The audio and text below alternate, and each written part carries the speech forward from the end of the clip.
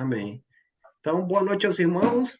Gratidão a todos, gratidão a Deus, Amém. né, pela vida, pela oportunidade que Ele nos deu nesse primeiro dia da semana, ou pela manhã, ou à tarde, podermos ter o privilégio de poder adorar o Seu nome, celebrar Ele, né? A oportunidade, a graça, ter sobre a nossa vida a Sua misericórdia, a Sua justiça, a Sua salvação. E agora, nesse período da noite, temos a oportunidade de darmos continuidade nesse livro maravilhoso, né, que temos estudado, estudamos Gênesis e agora indo na reta final aqui do livro de Êxodo.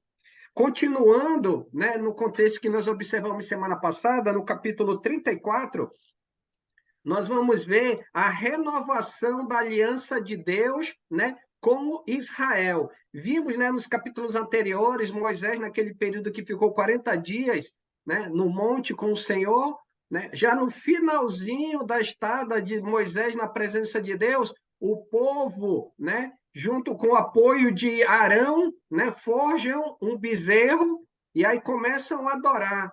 Deus já comunica a Moisés, Moisés desce ao ver a cena, Moisés, como nós vamos ver hoje na aula, né, ele quebra as tábuas da lei, né, e aí vai trazer o castigo sobre o povo, em razão do quê? Da desobediência, da idolatria, de tudo aquilo que o povo agiu. No capítulo posterior, 33, a gente viu, né, posterior já, anterior, 33, vemos Moisés rogando a Deus, né, para que Deus ele pudesse manter a sua presença. Vimos também no capítulo 34 Moisés rogando para que ele pudesse ver a glória, né, para que ele pudesse ver a Deus. E aí, ainda nesse diálogo que Deus está tendo com Moisés, capítulo 34, a partir do versículo 1, nós vamos ver, né, a ideia da renovação da aliança do Senhor. Então, Deus vai renovar essa aliança. E nós vamos observar do versículo 1 ao versículo 9 a disposição de Deus em renovar a aliança. Diz assim, versículo 1, 34, 1. Então disse o Senhor a Moisés: lavra 2 tábuas de pedra, como as primeiras, e eu escreverei nelas as mesmas palavras que estavam nas primeiras tábuas que quebrastes. E prepara-te para amanhã, para que subas pela manhã ao monte Sinai e ali apresentes a mim no cimo do monte. Ninguém suba contigo, ninguém apareça em todo o monte, nem ainda ovelhas nem gado se apacentem defronte dele. E o que nós vamos observar? Vamos observar aqui, a partir do versículo 1, alguns comentaristas ou historiadores afirmam que esse capítulo 34 ele é uma repetição daquilo que Deus havia ensinado a Moisés no capítulo 24. Só que eu vou trazer para os irmãos algumas particularidades. Aí eu trago a seguinte pergunta e a gente vai olhar no texto. É uma repetição de Êxodo, capítulo 24? E é o que nós vamos observar. Perceba aqui comigo, deixa eu passar aqui o slide. Perceba bem aí no versículo 1. Lavra 2 tábuas de pedra. Ele está dando a ordem a quem para lavrar? Para cunhar, no caso, fazer as tábuas. Quem é que vai lavrar as tábuas? Moisés. Moisés. Muito bem, irmão Rubem. Observe comigo, você quiser anotar ou estiver anotando, anote aí, capítulo 24, versículo 12 de Êxodo. Eu vou trazer aqui o versículo para nós. Êxodo 24, 12. Olha o que diz lá a informação, no versículo. Então disse o Senhor a Moisés: sobe a mim ao monte e fica lá, dar-te-ei tábuas de pedra e a lei. Então a gente pode perceber pelas palavras do Senhor, aqui pelo versículo 24, nós vamos olhar outro trecho, nós podemos perceber que Deus está dizendo o que a Moisés? Que ele daria as tábuas da lei. Então ele daria, né? Então quem concederia a Moisés é quem? É o Senhor. E nós podemos perceber que aqui no capítulo 34, versículo 1, ele está ordenando para que Moisés lavre.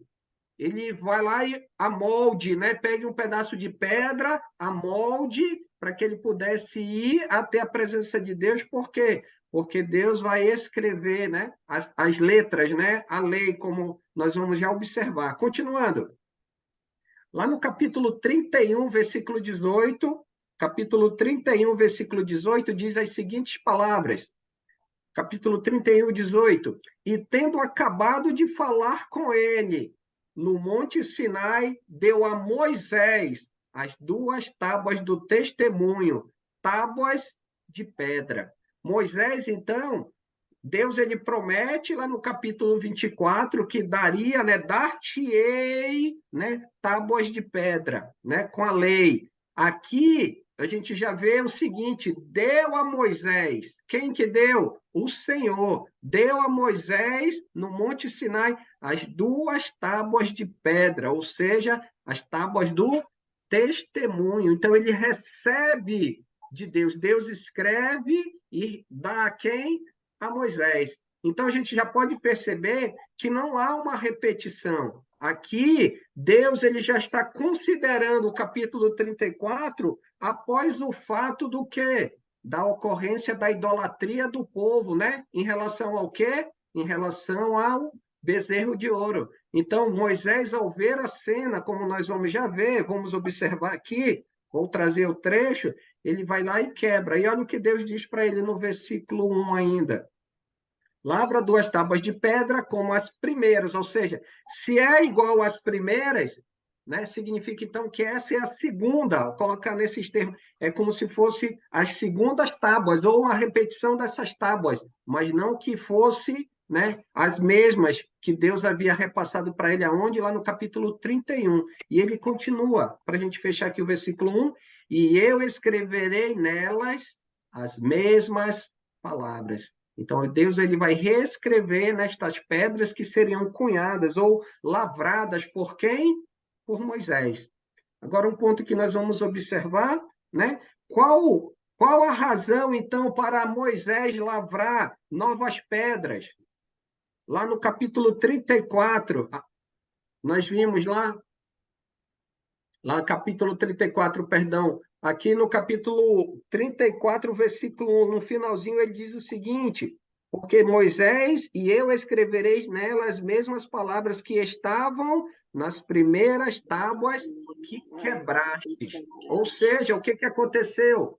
Moisés, ele quebrou, e é o que nós observamos lá no capítulo 32, irmãos, versículo 19, observe comigo, mais uma vez, se você estiver anotando, capítulo 32, versículo 19. Caso não esteja, abra comigo lá no capítulo 32, versículo 19, e aí eu trouxe o trechinho aqui no nosso slide. Logo que se aproximou do arraial, ou seja, aonde estava alojado, né, acampado o povo que saiu do Egito, então o arraial é onde estava, né, acampado, né, o povo. Então Moisés, ao se aproximar do acampamento ou do arraial, viu ele o bezerro de ouro, e junto com o bezerro, o que que havia? Danças. Por quê? Porque o povo estava adorando ao quê? Ao bezerro. Então, Moisés viu o bezerro, viu as danças, então, acendendo-se-lhes a ira, arrojou das mãos as tábuas e quebrou aos pés do quê? Do Monte Sinai. Isso quer dizer o quê? Que Deus, por meio das tábuas, estava o quê? Trazendo, né, através de Moisés, a lei, a legislação, aquilo que o povo precisava o quê? Obedecer, ouvir da parte de Deus e obedecer. Só que antes mesmo de Deus conceder isso, o que, que o povo fez? O povo se rendeu em idolatria. Logo, o que, que o povo fez? Ele estava quebrando a aliança, ele estava adorando a outros deuses, né? E aí um ponto que nós podemos observar. E ao fazer isso, não adiantava ter as pedras naquele momento. Por quê? Porque justamente o povo não estava se submetendo em obediência a quem? Ao Senhor. Ainda nesse ponto, nós vamos observar versículos 6 e 7. Observe comigo, capítulo 34, versículo, a partir do versículo 5. Tendo o Senhor descido na nuvem, esteve ali junto dele. Deixa eu só voltar, versículo 4, para a gente observar aqui, versículo 4.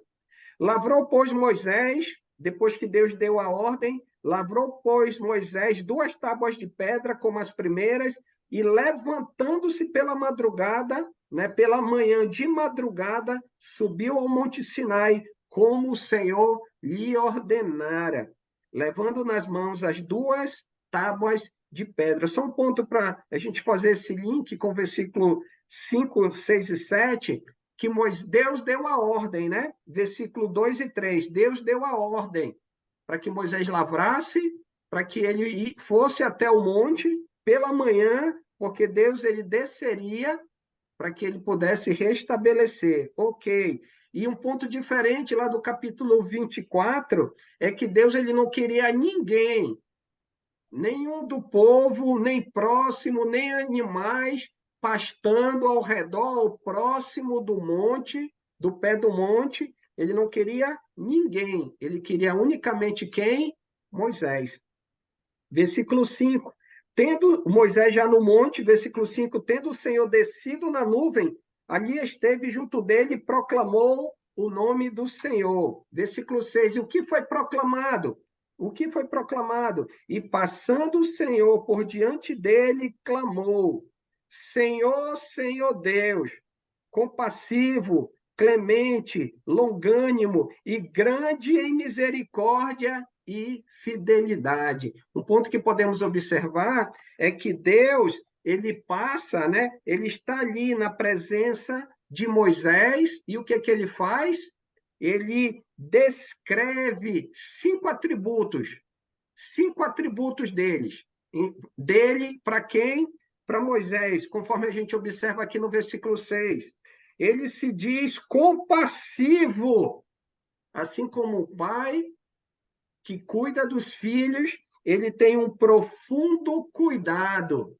A gente pode observar desde do rogo do povo, lá no início do capítulo 1, né, que nós observamos o povo rogando. Deus ouve o clamor do povo. E o que que Deus faz? Deus separa Moisés, Deus chama Moisés lá da terra de Midian para quê? Para que ele pudesse guiar, conduzir, para que através dele Deus intercedesse em relação a quem? A libertação do povo. Então, olha só o cuidado que Deus tinha, né? Teve, na realidade, com o povo de Israel. Uma outra característica, ele diz que ele é clemente, ou seja, ele é cheio de amor. Para com quem? Para com o povo. Como nós vimos, o povo, quando desobedeceu, Deus poderia ter dizimado o povo, e como o irmão, quando nos trouxe a aula, deixou bem claro que Deus tinha o desejo de continuar a partir de Moisés. Mas aí Deus refez, né? Deus agiu, né? E com amor, com clemência, cheio de amor. E o que é que ele fez? Ele manteve aquelas pessoas. Ele manteve, né? Mostrando o quê? A sua clemência, a sua abundância, né? O seu grande amor. Ele também declara que ele é um Deus longânimo, né? E é um ponto que podemos observar, a ideia de longânimo é paciente ou ânimo longo. Então, ele é um Deus paciente. E aí, apesar de tudo isso que nós vimos, Deus fez, aí, por exemplo, quando nós vimos ele agindo com o maná, o povo se queixando, murmurando, olha, nos tirou lá do Egito para que a gente padeça de fome aqui no deserto. E o que Deus concedeu?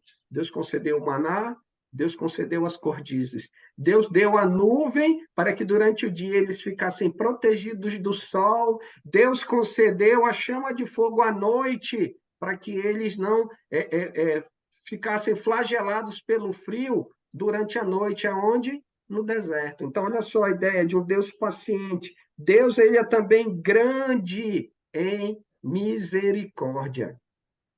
Nós, às vezes, pensamos que Deus ele só age com misericórdia no Novo Testamento, mas Deus agiu também com misericórdia onde? No Velho Testamento. Eu e você hoje, como discípulos de Jesus, somos frutos do quê? Da misericórdia de Deus. Por quê? porque Deus não concede a mim e a você aquilo que de fato merecemos em razão dos nossos pecados, em razão daquilo que agimos, né, antes de conhecer a vontade de Deus e aquilo que hoje, mesmo quando a gente deixa de lado, esquece do grande amor, né, dessa clemência, a ideia da longanimidade que Deus tem para conosco no contexto da nova aliança, da igreja, não podemos deixar de lado o que? A grande misericórdia. Deus é misericordioso para conosco, por isso, assim como o povo, diferente do povo, perdão, nós não podemos desperdiçar as oportunidades dadas por Deus. Precisamos aproveitar o que? A sua grande e infinita misericórdia. E aí, para a gente fechar o quinto atributo que Deus declara aqui, a sua fidelidade. Em outras palavras, Deus é fiel, ou seja, Deus é cheio de verdade. Aquilo que Deus fala, eu e você não podemos questionar. Aquilo que Deus fala, eu e você precisamos simplesmente obedecer. Por quê? Porque Ele é fiel.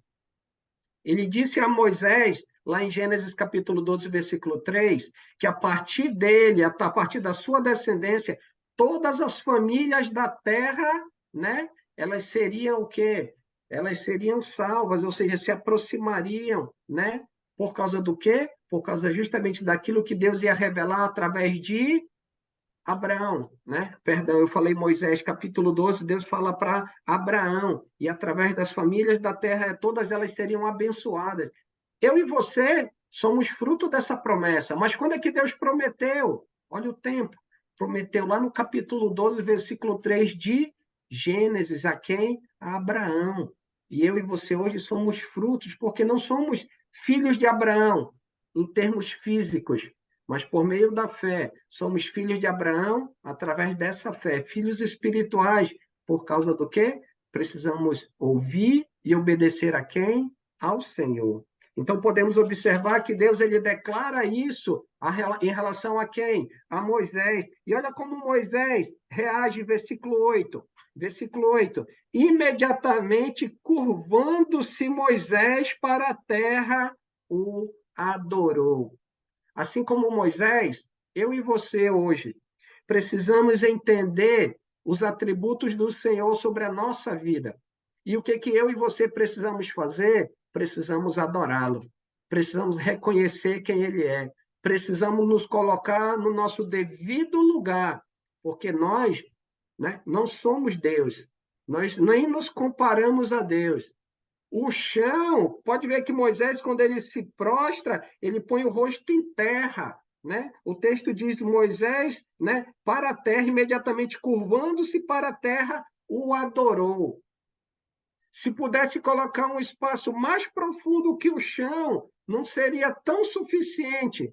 Seria ainda insuficiente para mostrar a pequenez de Moisés, assim como a minha e a sua, na presença de quem? Na presença do Senhor. Por isso precisamos reconhecer a grandeza dele, né? Mas por isso precisamos entender o amor que ele tem e precisamos aproveitar a oportunidade em nossa vida para quê? Para que a gente possa ouvir a sua palavra e obedecer.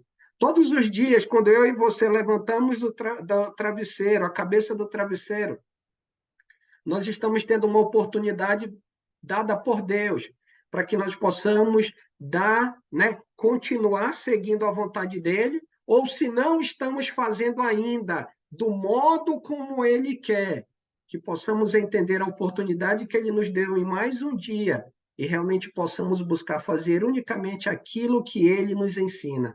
Ou seja, obedecendo, adorando, não do meu, não do seu jeito, mas de acordo com a vontade de quem? Do Senhor.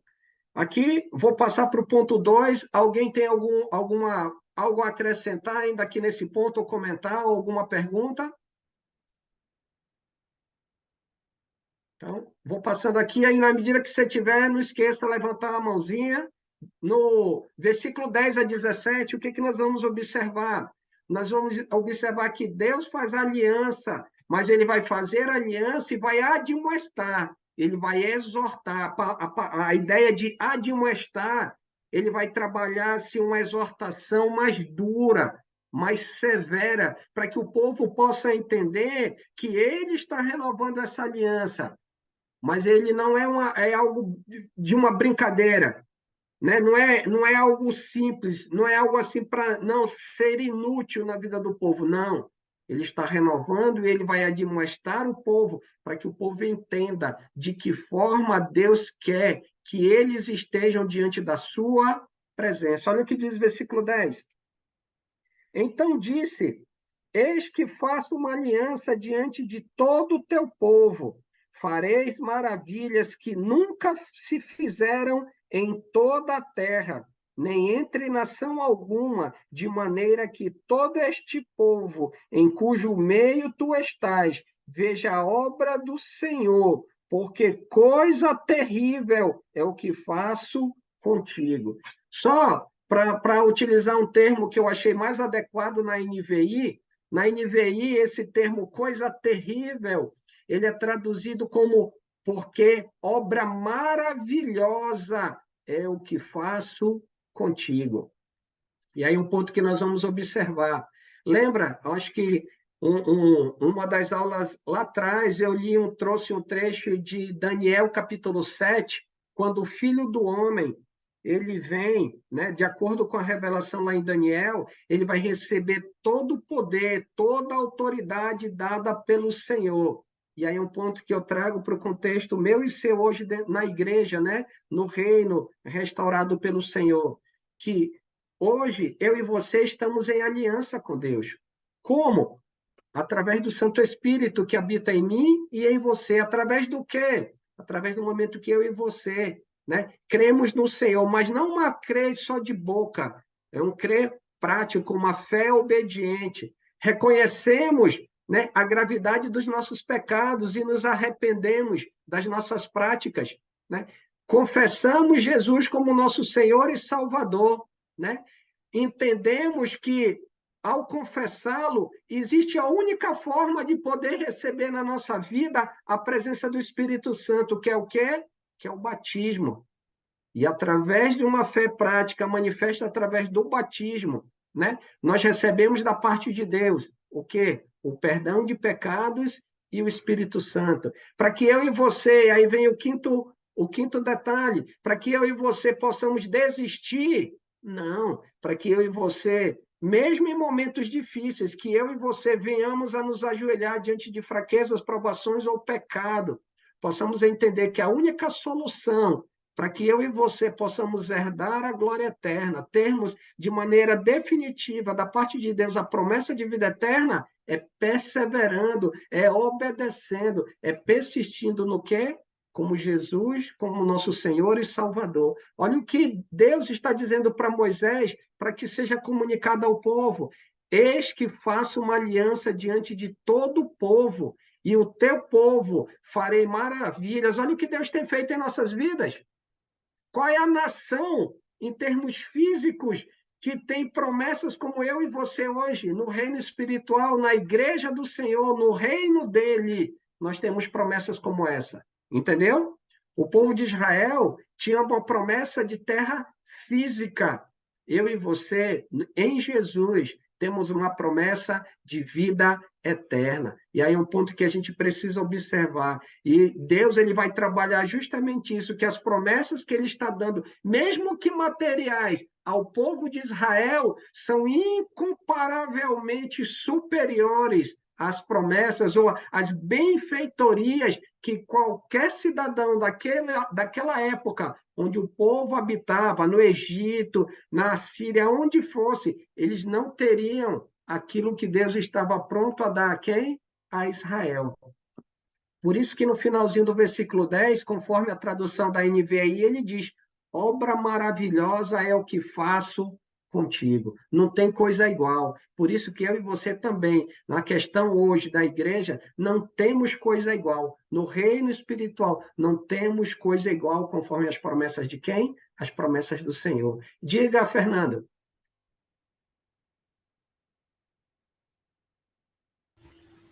Boa noite para todos aí. Sandro, eu sei que você estava explicando aqui, mas para mim não ficou claro essa parte que Deus fala assim: posso fazer, pois vou realizar uma coisa terrível em favor de vocês. Terrível seria o que sentido essa palavra terrível? Porque Por até isso que. agora ele está mostrando, porque até Uhum. agora ele está mostrando aqui que ele vai só vai fazer benfeitoria, né? Que ele só vai Isso, trazer o isso. bem, né? Isso, por isso que eu trouxe, Fernando, aqui no slide, não sei se dá para ver se no celular ou no Tá? computador, aqui no finalzinho eu coloquei entre parênteses, obra maravilhosa, que é o que está traduzido na NVI. E aí é justamente essa. Com certeza, quando foram traduzir na revista e atualizada, não trabalharam o sentido real na época em que foi traduzida. Eles julgaram mais conveniente trabalhar nesse sentido.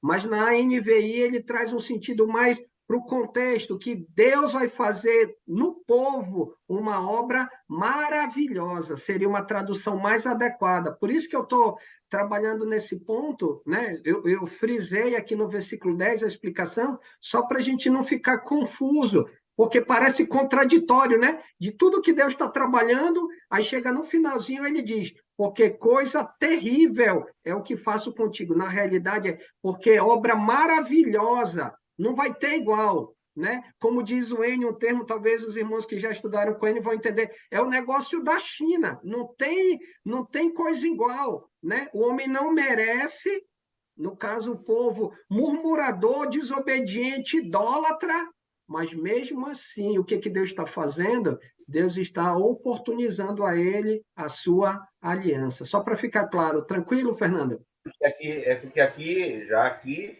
já é onde que Jesus foi buscar a segunda vez as tábuas, né? Então, Isso. além do povo ter, em pouco tempo, ter traído ele, né? Ele foi lá e ainda anuncia que vai fazer coisas maravilhosas, né? Isso aí. Né? Eu até Isso, já grifei aqui na minha Bíblia. isso. Por isso que é Obrigado. bom você. Disponha, mano. Por isso que sempre é bom a gente ter pelo menos duas versões, né? Para que, às vezes, quando uma tradução ela estiver confusa, a gente possa consultar na outra para poder ter uma clareza. Obrigado, mano, pela participação. Diga, Giovanni. Outra coisa boa também a fazer é procurar o significado da palavra no dicionário. O Isso. terrível, nós só conhecemos, a grande maioria, apenas de um significado, que é a causa terror, assustador, terrível. Exato, irmão. Mas tem vários significados. Isso. O mais importante aqui é aquilo lá, ó, contra o qual não se pode lutar, algo invencível. É adjetivo de algo que não se pode lutar, que é invencível. A aliança com Deus é invencível. Algo muito grande, enorme, exorbitante. Então, tem vários significados da palavra terrível. Nós só conhecemos pelo lado ruim, mas tem um lado bom, é esse lado, o outro adjetivo aí, que é uma aliança Exato. indestrutível, invencível, grande, enorme e exorbitante. Isso. Por isso que, assim, mais uma vez, só reiterando, né? Eu fiz questão de aqui no slide, eu coloquei o sentido da NVI para quê? Para que não ficasse uma confusão, um conflito. Peraí, mas é uma contradição. Deus disse que vai fazer maravilhas que eles nunca viram em toda a terra, e lá embaixo ele está dizendo que porque coisa terrível. Então eu já trouxe, eu acrescentei aqui, por isso que eu coloquei entre aspas, e NVI em vermelho, só para a gente poder identificar. Tranquilo? Você quer falar, quer complementar, Edson? Não, não, só para corroborar exatamente, eu também procurei e aí para mim fica claro que Deus ia fazer, não importa, né? Deus já ia fazer as maravilhas e o povo ia passar por isso mesmo. Mas o irmão tá certo, Giovanni, eu também procurei e é exatamente isso. Muito bom. Graças a Exato. Deus, e muito obrigado, muito Amém. obrigado. Porque é para a gente poder ter esse entendimento mesmo, né? De ver e ter uma clareza em relação ao texto. Agora, olha um ponto para a gente poder refletir aqui do 10 até o 17. Deus agiria com poder, ok. Mas qual seria a finalidade? Com que finalidade Deus vai agir com poder? E aí é um ponto que nós vamos observar aqui. Eu vou dar uma passada nos textos, só para a gente observar. Olha lá, versículo 11. Deus, ele diz que ele ia agir com poder, com obra maravilhosa, mas olha só, para quê? Guarda o que eu te ordeno. Deus ia mostrar o seu poder, mas para que o povo fizesse o quê? Ouvisse, obedecesse aquilo que Deus havia, ou aquilo que Deus ia falar a eles. E ele continua, versículo 11. Eis que lançarei fora da sua presença os amorreus, os cananeus, os heteus, os fariseus, os heveus e os jebuseus. Isso no versículo 11. Continuando. lá no versículo 13 e 14, por que que Deus, né, mostrou aquilo que nós vimos no versículo 10? Com que finalidade? Olha só, versículo 13 e 14. Mas derribareis os teus altares, quebrareis as suas colunas e cortarei os seus postes ídolos. Por quê? Porque não adorarás outro Deus. Olha lá. Então Deus vai fazer tudo isso para quê? Para que eles não adorem a outro Deus. Lembra do bezerro? É para se repetir na vida do povo? De modo nenhum. Por quê? Porque Deus ia agir com poder, mas era necessário que o povo agisse de acordo com a vontade de quem? Com a vontade do Senhor. E olha o que ele finaliza no versículo 14. Pois o nome do Senhor é zeloso. Sim, Deus zeloso é Ele. Então, ponto que precisamos observar na admoestação, naquela exortação mais forte que Deus faz em relação a quem? Ao povo de Israel. Continuando. Pegando aqui um gancho do 13, lá no versículo 15, por que que Deus vai agir? Por que que Deus vai derrubar os altares? Por que que Deus vai quebrar as colunas? Por que que Deus vai cortar os postes ídolos lá dos povos que habitam na terra prometida? Para que não faças aliança com os moradores da terra. Então, olha lá, por que que foi necessário o povo, ao entrar na terra prometida, ter que tirar, exterminar, matar os povos que lá estavam? Porque Deus, ele é um Deus assim que ele aprecia a morte, o derramamento de sangue, a guerra, de modo nenhum. Porque através disso, ele está olhando para o futuro, ele está olhando para o cumprimento da sua promessa. Porque quem é que viria? Quem é que viria para o cumprimento dessa lei que Deus está dando a Moisés? Quem seria aquele que viria lá no futuro para cumprir essa promessa por meio do povo? Nasceria, surgiria no meio do povo de Israel. Jesus. Quem é a pessoa? Jesus. Jesus. Jesus. Jesus é aquele que viria. Então, olha só, às vezes a gente olha e vê, olha, a importância é o povo. Deus, ele conserva o seu povo. Deus deixou as restrições, sejam elas alimentares, sejam as práticas, como a gente está vendo aqui em Êxodo 34, porque Deus queria preservar o povo, porque através dele ele estava pensando em quem? No Giovanni, no Edson, no Paulo, no Fernando, em mim, em você, em todos nós. Ele estava pensando naqueles, ou judeus ou gentios, né? A partir do momento que Jesus morreu na cruz, no contexto da nova aliança. E aí que está o ponto. Então, ele precisava manter, ele precisava deixar o seu povo afastado. Para quê? Para que justamente Jesus, no tempo determinado por Deus, ele pudesse vir a esta terra, nascer no seu povo, cumprir a vontade do Pai, ser entregue à morte, pensando em quem? Em mim e em você, no estabelecimento da nova aliança. Continuando. Passando aqui, versículo 15 ainda, lá no finalzinho, aí ele diz, para que não façais aliança com os moradores da terra, não suceda que, se prostituindo, olha aí, 15b, ele com os deuses que ele sacrificando alguém te convide e coma dos seus sacrifícios. E aqui um ponto que a gente pode observar, por que que era preciso tirar? Para que justamente eles não pudessem ter comunhão com o quê? Com a idolatria. Porque quando a gente vê a palavra comer, né? Quando, por exemplo, quando estamos como num domingo, por exemplo, vamos celebrar, fazer uma confraternização de final de ano com a Irmandade.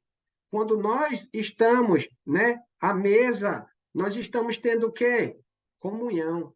E aí que vem o ponto. Deus disse que eles não teriam que ter mais Deus entre eles, senão somente o Senhor. E o que Deus está orientando ao povo? Para que eles não possam manter comunhão, nem comer na mesa de quem? Dos gentios. Por isso que ele diz, alguém te convide e coma dos seus sacrifícios. Então, para evitar, né, isso, e manter a pureza do povo na presença de Deus, era necessário que eles ouvissem isso e fizessem o quê? Eles obedecessem à vontade do Senhor. Versículo 16. e tomes, não é para fazer isso, não suceda que, né, os filhos deles, né, e não suceda que tomes mulheres das suas filhas, das filhas do quê? De quem? Dos cananeus. Para quê? Para que elas se confraternizando com os seus deuses, façam o quê? Façam que também os teus filhos se prostituam com seus deuses, ou seja, comunguem, adorem, né? Então, para que isso não acontecesse, os filhos dos judeus, né, dos israelitas, não eram para casar, envolver-se com quem? Com os povos. Por isso que Deus está dizendo que eles vão lá, né, e vai lançar sobre eles, né? Eles vão lançar fora da terra, para que isso justamente não acontecesse. E mesmo já na terra estabelecida pelo Senhor, eles não poderiam fazer isso em cumprimento do quê? Daquilo que Deus está estabelecendo com quem? Com o seu povo. E aí, finalizando o versículo 17, ele diz: não farás para ti deuses fundidos. Um exemplo de um Deus que foi feito com metais fundidos, qual foi? Aqui no contexto de Êxodo. Um exemplo de um Deus que foi feito por meio da fundição. O bezerro. O bezerro, muito bem, irmão Rubem, o bezerro. O bezerro. E não só isso, né? Que foi assim, foi fundido e com detalhes por Arão, que na desculpa para Moisés ele disse que ele só jogou no fogo e saiu aí desse jeito, mas provavelmente ele trabalhou, né, dentro daquilo que o povo desejava, de um determinado Deus trazido, né, pelos próprios judeus ou israelitas lá de onde? Lá atrás do Egito. E olha o que Deus está dizendo para eles no versículo 17: não farás para ti deuses, né, feitos através de metais. E aí, para a gente passar aqui no nosso terceiro ponto, versículo 18 em diante, até o 28, nós vamos observar de maneira bem rápida aqui as três festas. As três festas que eram, né, que Deus ele deixou para que o povo pudesse se reunir pelo menos essas 3 vezes no decorrer do ano. E vamos observar elas aqui. A primeira é a chamada festa dos pães asmos. Alguém lembra o que acontece no primeiro dia da festa dos pães asmos? Ela inicia no dia 14 do mês de Abib, que seria o primeiro mês, e ela vai até o dia 21. Alguém lembra lá? A gente estudou isso lá atrás, lá no capítulo 12, no primeiro dia da festa. Era pego no dia 10, selecionado um cabrito, um bezerro, era deixado ele durante 4 dias. Isso. E aí, no quarto dia, no 14º dia, ao crepúsculo da tarde, eles derramavam sangue, tiravam algumas partes e assavam. E aí, não poderia sobrar nada para o dia seguinte. Esse era o dia, né, era o dia 14, que era o início do quê? Era a Páscoa, que dava início ao primeiro dia da festa dos pães asmos, que é do dia 14 até o dia 21. Isso nós vimos lá no capítulo 12. E aí ela, no primeiro mês, 50 dias depois, ou 7 semanas depois, ocorria a chamada Festa das Semanas. A Festa das Semanas tem um outro nome. Alguém gostaria de dizer qual era o outro nome que era dado à Festa das Semanas? Atos 2? Qual era o nome dado à festa das semanas? Começa com P. E termina com Costes. Pentecostes. Isso mesmo, olha aí. Essa daí é a chamada festa de Pentecostes. Ela ocorria 50 dias depois da Páscoa. Entendeu? 50 dias após a Páscoa, ou conhecida como a festa dos 50 dias, 7 semanas, né? E ela era o início da colheita, ou o início da cega, que era justamente a parte da colheita. Então, ela ocorria cerca de 50 dias após a Páscoa. Aí vem um detalhe importante, que vem a terceira festa, chamada Festa da Colheita. No versículo 22 do capítulo 34, ela ocorria já no final do ano. Então, praticamente, ela pegava boa parte do ano e ela era celebrada ao final do ano judaico. Passando aqui, pronto, aí ela era celebrada no final do ano, no último mês, né? No último mês do ano do calendário judaico, ou seja, ela praticamente pegava o ano inteiro, quase o ano inteiro, boa parte do ano, a partir da cega, que é o Pentecostes, e aí ela se estendia nos últimos frutos que eram colhidos já no final do ano, que era o momento em que eles também faziam a festa de celebração. É isso que ele vai trabalhar aqui no capítulo 34 do versículo 18. Eu vou trazer alguns textos e a gente vai observar o seguinte, deixa eu passar aqui. Pronto. E olha só o que diz lá no versículo 23. 3 vezes no ano, todo homem entre eles, ou seja, entre o povo, apareceria na presença do Senhor, o Deus de Israel. Aí alguém diz assim, puxa vida, mas eu moro aqui em Tarso, né? Eu moro em Tarso. Como é que eu vou abandonar minha casa para me ir nessas festas lá em Israel, lá na Judéia, lá em Jerusalém, e as minhas terras, e minha propriedade, como é que vai ficar? Olha o que Deus diz. Versículo 24. Ninguém cobiçará a tua terra quando subires para comparecer na presença do Senhor teu Deus 3 vezes ao ano. Deus assegurava ao povo que mesmo que eles se ausentassem da sua propriedade, Deus estaria fazendo o quê? Deus estaria guardando, né? Deus estaria protegendo, Deus estava dando segurança para que eles não tivessem desculpa de estarem na presença de quem? Na presença dele, nesses 3 festejos que eram feitos no ano judaico. E aí, para a gente fechar aqui essa parte, ele diz que não era para eles oferecerem, né? Não ofereças o sangue do meu sacrifício com pão levedado. Lembra? Quando tem essa observação lá na Páscoa, que não poderia ter o quê? No dia da celebração, já que era a festa dos pães asmos, não poderia haver o quê na festa? Fermento. Não poderia haver fermento, né? Então, provavelmente nessas festas havia a ausência justamente do pão, o chamado pão levedado. E aí, 27, para a gente passar para o outro ponto, diz assim, só um minutinho. 27, ele diz assim, diz mais o Senhor a Moisés, escreve estas palavras, porque segundo o terror destas palavras, fiz aliança contigo e com Israel. Olha lá, se o povo desejava manter aliança com Deus, era necessário que eles fizessem o quê? Eles ouvissem e obedecessem o que Deus está escrevendo, né? O que Deus está dizendo, o que Deus está declarando a quem? A Moisés, porque o próprio Senhor diz, escreve estas palavras, porque, olha o motivo, segundo o teor destas palavras, fiz aliança contigo e com Israel. Tranquilo? Vamos passar aqui para o nosso último ponto, o 4, e aí nós vamos observar a respeito do rosto de Moisés que resplandece, né? O rosto de Moisés resplandece. Versículo 29 ao 35, aí para a gente fechar.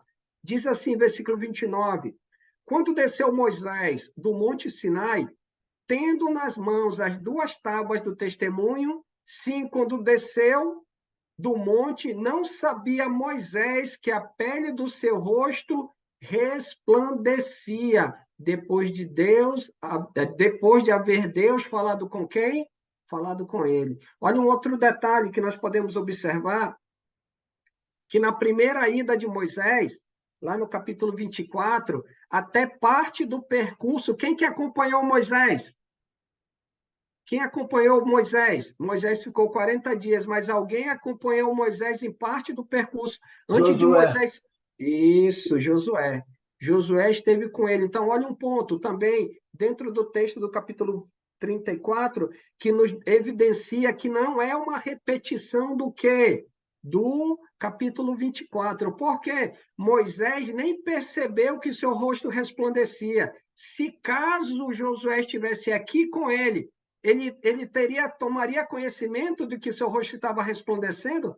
Com certeza. Mas como Deus pediu para que somente ele subisse à sua presença, conforme nós vimos, né? Então ele não percebeu. E agora um ponto que nós vamos olhar aqui no texto é como reagiram, né, o povo, os anciãos lá, como é que eles reagiram ao ver resplandecendo o rosto de Moisés. Mas antes de a gente ir lá para o versículo 30, pode falar, Giovanni.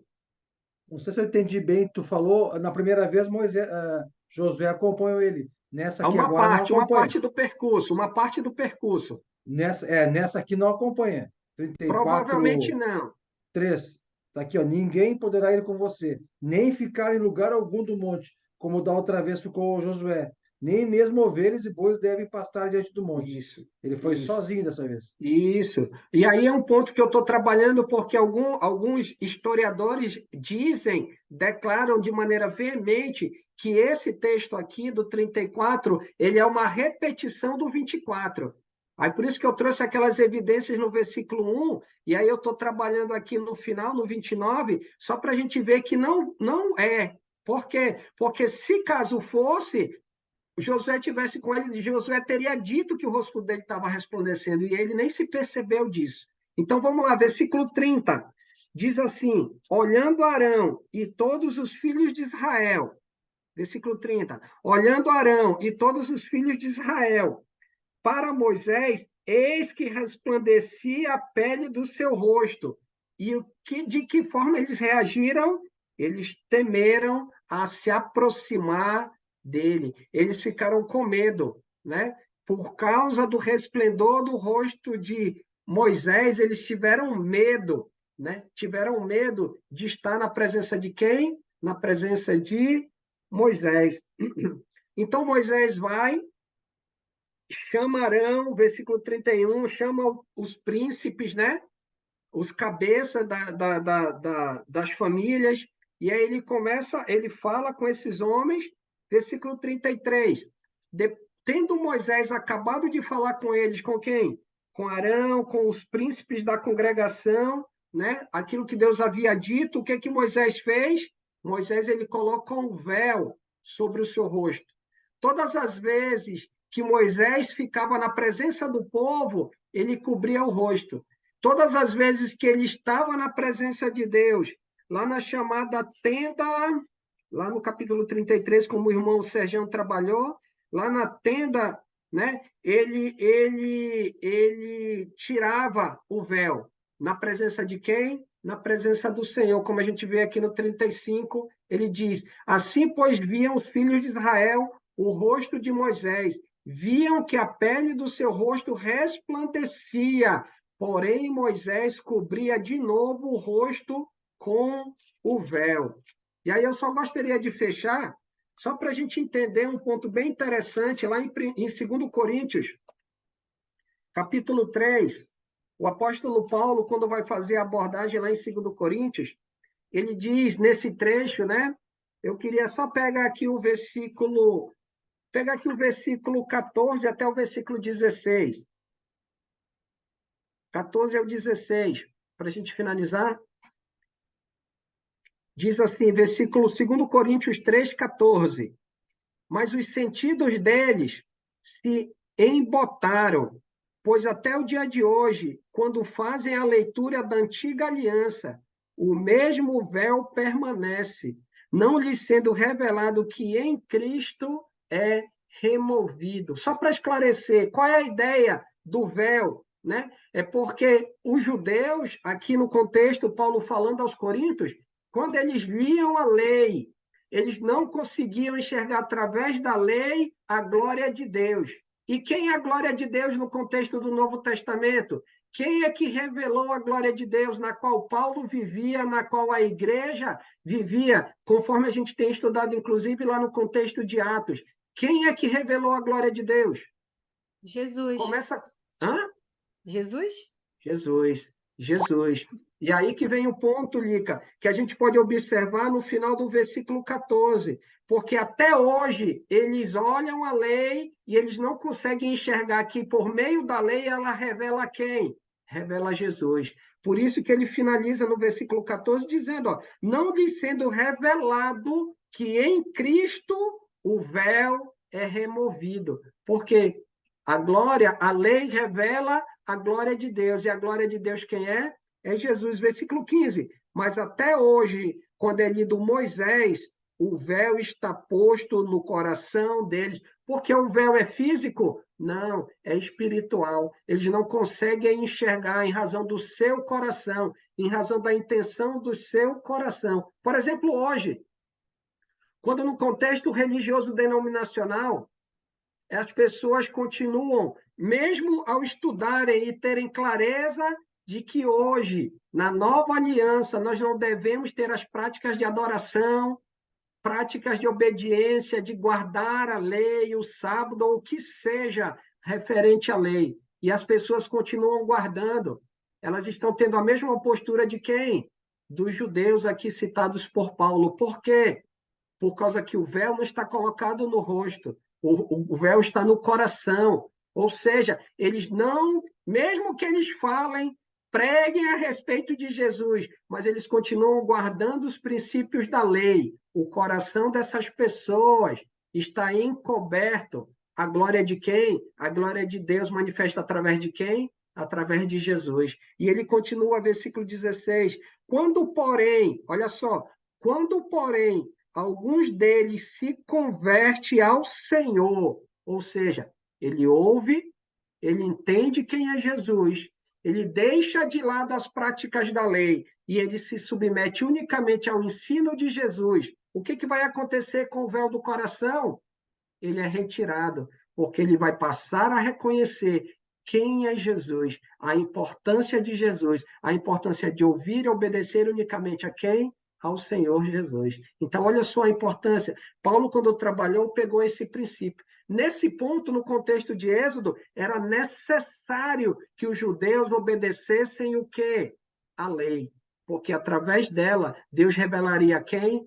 A Jesus. No meu contexto, no nosso contexto hoje, da nova aliança, não é mais necessário guardarmos a lei. É necessário termos um entendimento claro, para que através dela nós possamos ajudar as pessoas a enxergar por meio dela a glória de Deus, que é quem? Que é Jesus. Para que assim como eu e você possamos viver agora, não com a glória encoberta, mas sabendo que em mim e você a glória de Deus é manifesta através da presença de quem? Do Espírito Santo do Senhor. Para nossa honra, de modo nenhum. Para a honra e glória de quem? De Deus, né? O Todo-Poderoso, que cita para Moisés aqueles 5 fantásticos, né, atributos. E é isso que nós precisamos entender.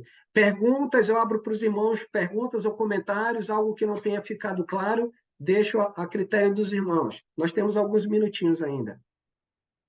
Ou ficou claro, como diz o Enio, se ficou claro, o professor ajudou aí. Se não, o professor não ensinou nada, né, né, PC? Diga, irmão José Augusto. Ô, glória, meu irmão, que maravilhoso, Alessandro. Me diga, me faça entender. Deus fez algumas tábuas e depois mandou Moisés fazer outras.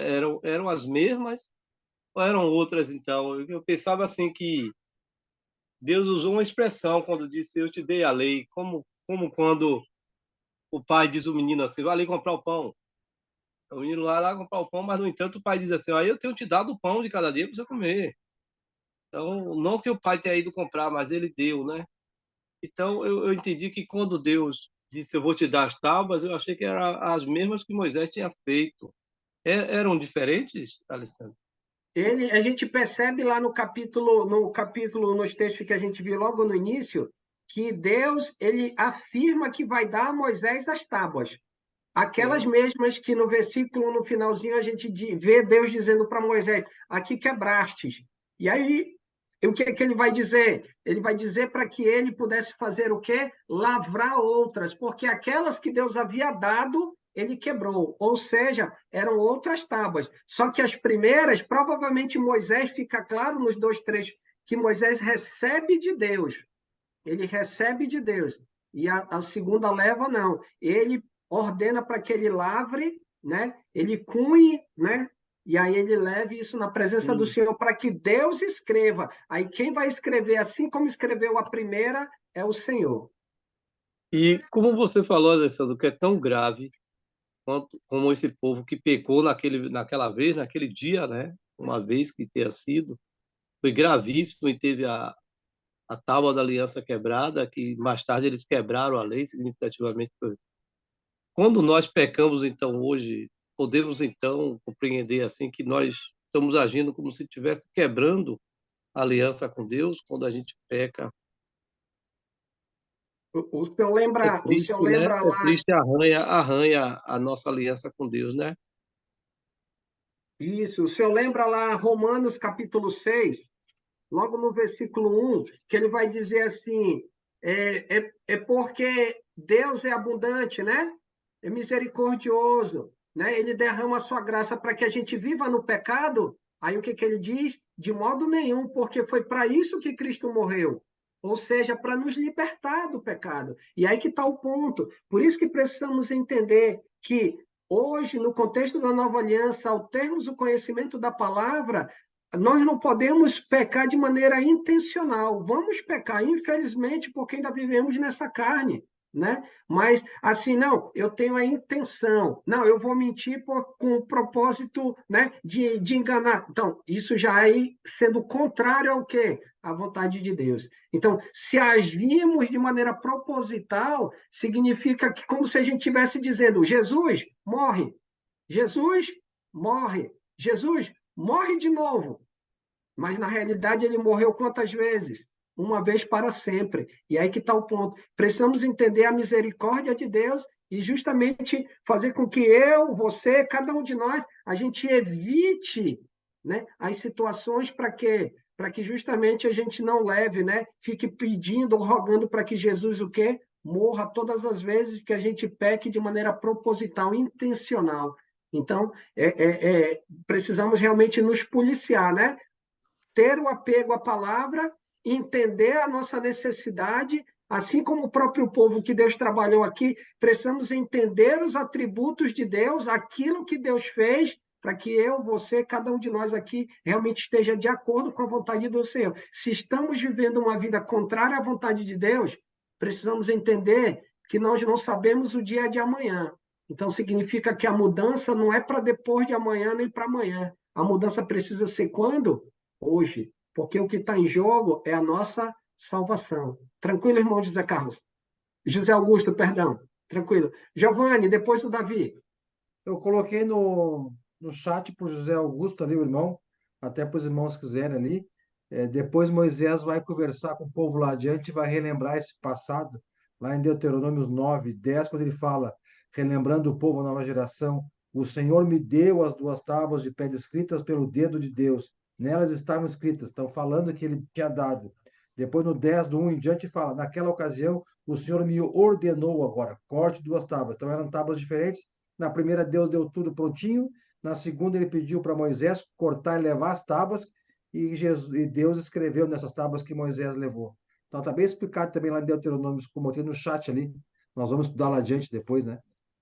Oh, glória, irmão Giovanni. Obrigado também. Obrigado também. Valeu, Giovanni. Diga, Davi. Ou é a dona Ivani que quer falar? Não, é ele lá. Eu que estava tendo uma discussão aqui, mas já passou. Calma, calma. Eu voto pela Ivani. É um comentário, Com certeza. é um comentário aqui. A senhora Eu também voto por dona Ivani. Eu sei o que é, mas mas ele vai comentar. Mas eu já tenho apoio. Essa daí é a família Beltrão. Essa é a família Beltrão. Ele vai comentar agora sobre esse assunto aí. Não, eu só queria fazer uma observação. Assim como Moisés, ele teve o rosto resplandecente, né? Isso também aconteceu com Jesus, né? Na transfiguração. Ele resplandeceu o seu rosto, né? E nesse momento estava presente Moisés e Elias, né? Nesse momento. Isso.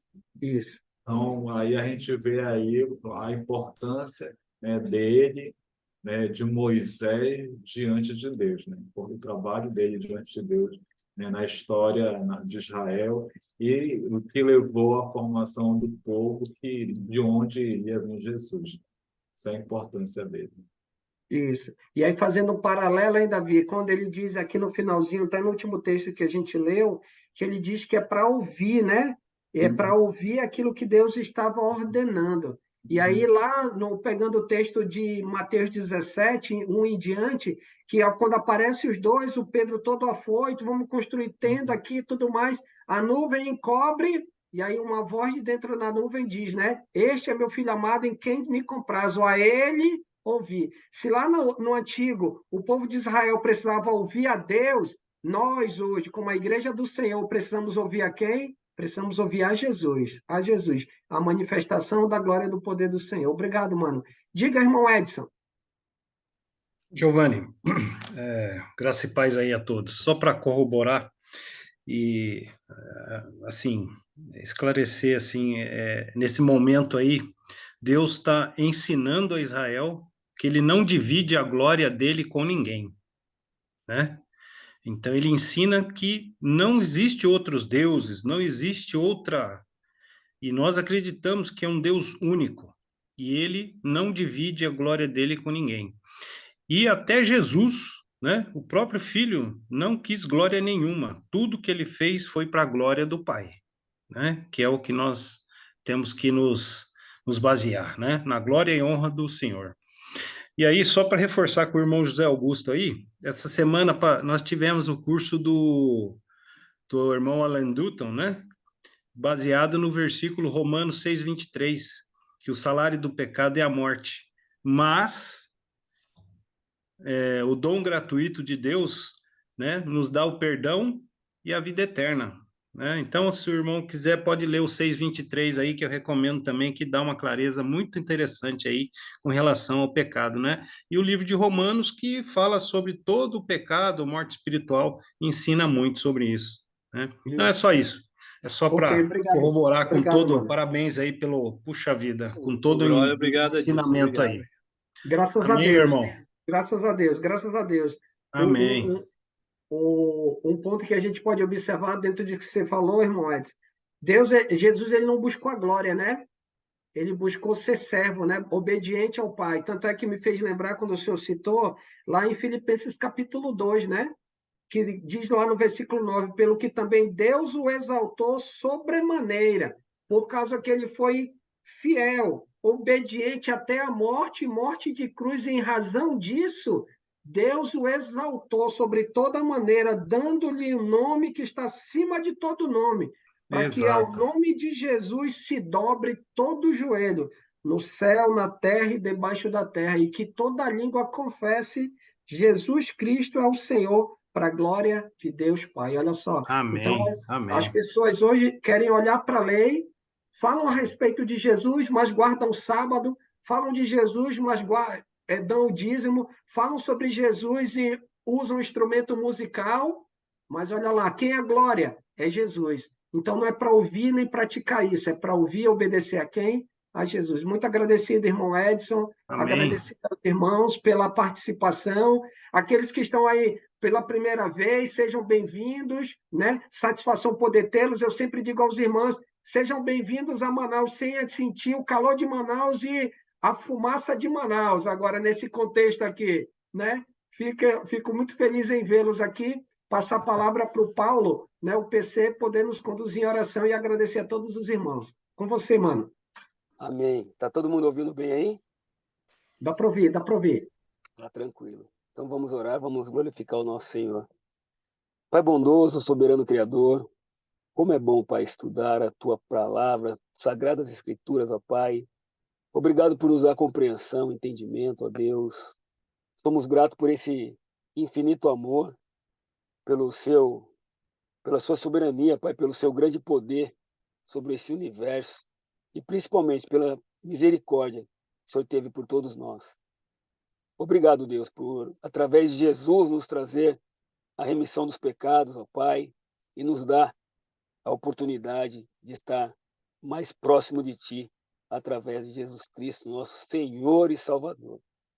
Obrigado por essa aula, Pai. Obrigado pelos irmãos presentes, pela forma com que O irmão Alessandro se dedica, Pai, com tanto amor para nos trazer as informações corretas, Pai. E através das Sagradas Escrituras, ó Pai, na sã doutrina, nós podemos observar com todo entendimento.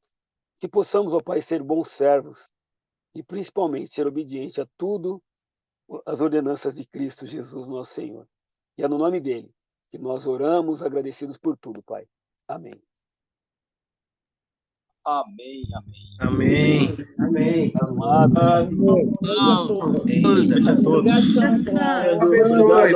Alessandro, Giovanni, Zé Augusto. PC. Obrigado, meus irmãos. Boa noite. Uma nova Tchau, fit. amado. O PC está no rap agora, está no rap. Noite, Nova fit, rap. Boa noite, Valdivinho. Boa semana. Tudo bem. Boa noite. Até amanhã, Boa Selminha. noite, irmã Neuza. Uma semana abençoada, uma semana abençoada. Aproveita o Família, Ju, boa noite, Ju. Boa noite, Boa noite, Augusto. Boa noite. Dona Lê.